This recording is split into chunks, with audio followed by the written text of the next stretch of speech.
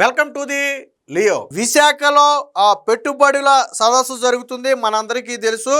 మొదటి రోజు రాష్ట్రానికి పెట్టుబడుల వరద పారిందని చెప్పొచ్చు. దాదాపుగా మొదటి రోజే 8.5 లక్షల కోట్ల రూపాయలకు ఎంఓయూలు కుదుర్చుకున్నారు.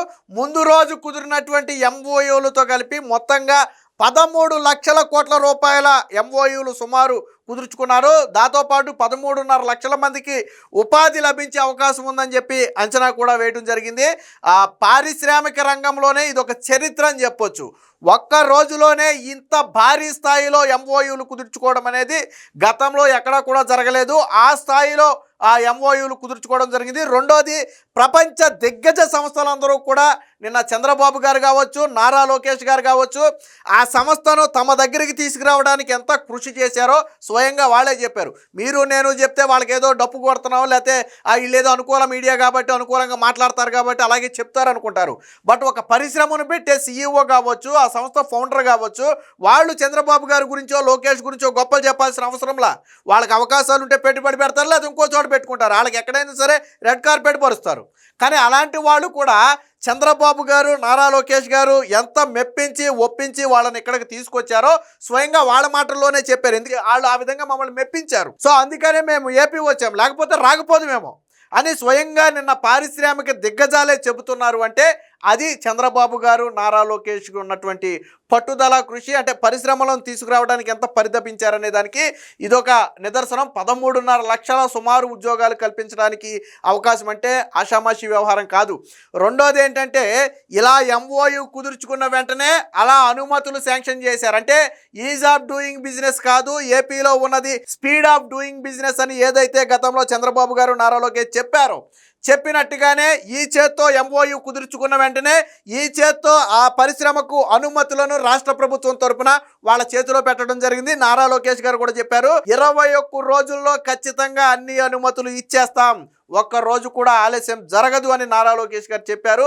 ఈరోజు వేదిక మీదే వాళ్ళకు అనుమతులు కూడా ఆ చేతిలో పెట్టడంతో ఆ సంస్థ ఉబ్బుతిబ్బి అయిపోతుంది. ఎందుకంటే చాలా ప్రభుత్వాలతో ఎంఓయూలు కుదుర్చుకున్నా కొంతకాలం గడిచిన తర్వాత వెనక్కి కూడా వెళ్ళిపోతారు. ఎందుకంటే వాళ్ళకి కుదరదు, ఆ ప్రభుత్వాలతో పడదు. ఫర్ ఎగ్జాంపుల్ జగన్మోహన్ రెడ్డి చూడండి, రెన్యూ ఎనర్జీ ఉంది, ఆల్రెడీ చంద్రబాబు గారి హయాంలో 2018లో ఒప్పందం చేసుకున్నారు. వెంటనే ఎలక్షన్లు వచ్చినాయి, జగన్మోహన్ రెడ్డి ముఖ్యమంత్రి అయ్యాడు. జగన్మోహన్ రెడ్డితో కొనసాగిద్దాం కదా అని చెప్పి వాళ్ళు వచ్చారు. తరువాత జగన్మోహన్ రెడ్డిని కలిసిన తరువాత వాళ్ళ తీరు చూసి వెనక్కి వెళ్ళిపోయి మళ్ళీ నిన్న చంద్రబాబు గారితో ఒప్పందం చేసుకున్నారు 80,000 కోట్లు సుమారు. వాళ్ళు చెప్పారు, గత ప్రభుత్వ హయాంలో మేము పని చేద్దాం అనుకున్నాం, బట్ మాకు ఆ ప్రభుత్వం నుంచి పూర్తి స్థాయి సహాయ సహకారాలు అందక మేము గత 5 ఏళ్లలో ఎటువంటి పెట్టుబడులు పెట్టలేకపోయాం. ఇప్పుడు చంద్రబాబు గారు వచ్చారు కాబట్టి మళ్ళీ మేము పెట్టుబడి పెడుతున్నామని రెన్యూ ఎనర్జీ స్పష్టంగా వాళ్ళే చెప్పారు. సీఈఓ చెప్పాడు, వాళ్ళ సీఈఓ స్వయంగా చెప్పాడు, ఎమినెంట్ సీఈఓ. అంటే రాష్ట్ర ప్రభుత్వం ఎంత శ్రద్ధ చూపుతుంది పరిశ్రమల మీద అనడానికి ఇదొక నిదర్శనం. దీనికి సంబంధించి ఏ పెట్టుబడులు కుదిరినాయి అనేది మనం ఒకసారి చూద్దాం. పెట్టుబడుల ధమాకా తొలి రోజే 8.26 లక్షల కోట్ల ఎంఓయూలపై సంతకాలు. ముందు రోజుతో కలిపి 11.91 అంటే దాదాపుగా 12 లక్షల కోట్లకు ఎంఓయూలు. దీని ద్వారా 13.32 లక్షల మంది యువతకు ఉద్యోగ అవకాశాలు.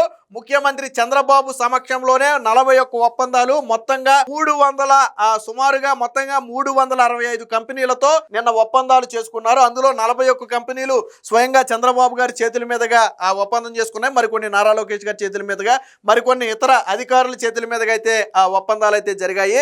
సో మంత్రుల ఆధ్వర్యంలో మరొక 324 సంస్థలతో అవగాహన ఒప్పందాలు.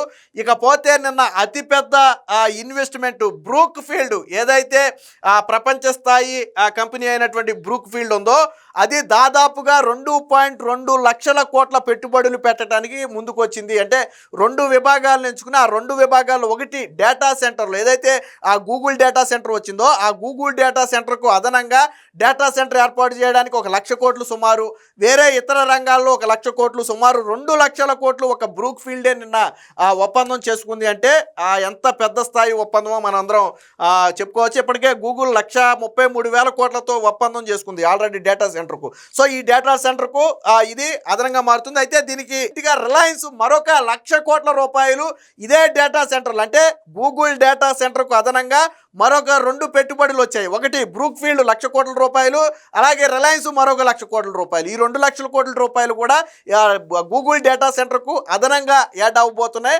అంటే ఆల్రెడీ చంద్రబాబు గారు చెప్పారు ఆ డేటా సెంటర్కు కేర్ ఆఫ్ అడ్రస్గా ఆంధ్రప్రదేశ్ను మారుస్తామని. ఎస్ అన్నట్టుగానే ఈరోజు అతి భారీ పెట్టుబడులు డేటా సెంటర్లో అతి భారీ పెట్టుబడులు దేశం మొత్తం మీద ఆంధ్రప్రదేశ్కు మాత్రమే వస్తున్నాయి అంటే అది చంద్రబాబు గారి విజ్ఞత. సో 10 ఏళ్లలో $1 ట్రిలియన్ ఆర్థిక వ్యవస్థగా మార్చడమే ఆ లక్ష్యంగా పనిచేస్తున్నామని చెప్పి నిన్న చంద్రబాబు గారు అయితే చెప్పడం జరిగింది. ఇక తిరుపతి వద్ద స్పేస్ సిటీ, ఓరుకల్లు వద్ద డ్రోన్ సిటీ. సో దేశంలోనే తొలిసారిగా ఈ 2 సిటీలను వర్చువల్గా నిన్న కేంద్ర మంత్రి పీయూష్ గోయల్ అయితే చంద్రబాబు గారు కేంద్ర మంత్రి పీయూష్ గోయల్ ఇద్దరు కలిసి నిన్న వర్చువల్గా శంకుస్థాపన అయితే చేశారు. దానికి సంబంధించిన ఫోటోని అయితే ఇక చూడొచ్చు. దేశంలోనే తొలి స్పేస్ సిటీ అలాగే డ్రోన్ సిటీలకు వర్చువల్గా శంకుస్థాపన చేస్తున్న కేంద్ర మంత్రి పీయూష్ గోయల్ అలాగే చంద్రబాబు ఇతర రామ్మోహన్ నాయుడుతో పాటు ఇతర మంత్రులందరూ కూడా ఉన్నారు. సో ఈ 2 సిటీలు దేశంలోనే తొలిసారిగా రాబోతున్నాయి. సో ఈ బ్రూక్ ఫీల్డ్ కి సంబంధించి పెట్టుబడులకు సంబంధించి కూడా ఒక వార్త వచ్చింది, ఒకసారి చూద్దాం. రిలయన్స్ బ్రూక్ ఫీల్డ్ విశాఖలో మరో 2 డేటా సెంటర్లు, వీటితో 2.20 లక్షల కోట్ల పెట్టుబడులు. ఎప్పటికే వస్తున్న గూగుల్ కు ఇవి అదనం. పునరుత్పాదక ప్రాజెక్టుల్లో బ్రూక్ ఫీల్డ్ భారీ పెట్టుబడులు. డేటా సెంటర్ల చరిత్రలో విశాఖపట్నం దేశానికే తలమానికంగా నిలుస్తుంది. సువర్ణ అధ్యయనం లిఖిస్తుంది. 1000 మెగావాట్ల సామర్థ్యంతో 1.33 లక్షల కోట్లతో ఏఐ డేటా సెంటర్ ఏర్పాటుకు దిగ్గజ సంస్థ గూగుల్ ఇప్పటికే ఒప్పందం చేసుకోగా తాజాగా మరొక 2 డేటా సెంటర్ల ఏర్పాటుకు ప్రముఖ సంస్థలు ముందుకొచ్చాయి.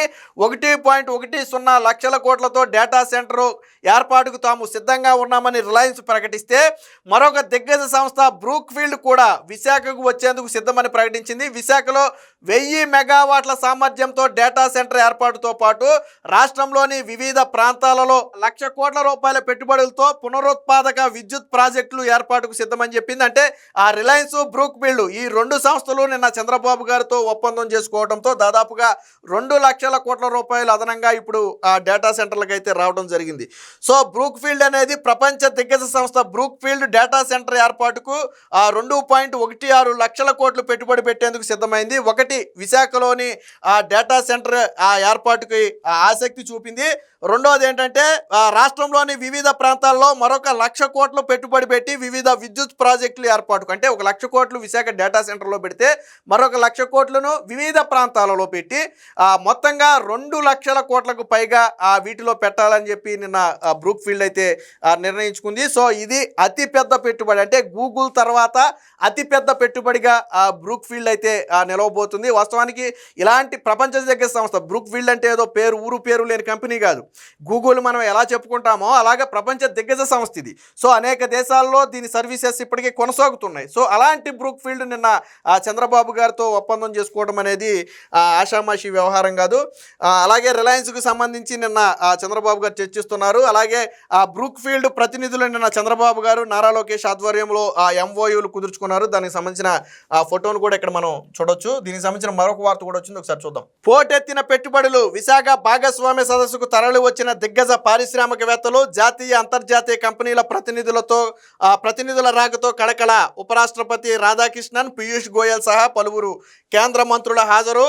తొలి రోజే 11.92 లక్షల కోట్ల ఒప్పందాలు, తద్వారా 13.32 లక్షల మందికి ఉపాధి అవకాశాలు. 1000 మెగావాట్ల సామర్థ్యంతో రిలయన్స్ డేటా సెంటర్, 2.16 లక్షల కోట్ల పెట్టుబడులకు బ్రూక్ ఫీల్డ్ ఒప్పందం. సో ఇవి ఆషామాషి పెట్టుబడులు కాదు. ఇక ఉపరాష్ట్రపతి నిన్న ఏపీ గురించి చంద్రబాబు గారి గురించి మాట్లాడారు.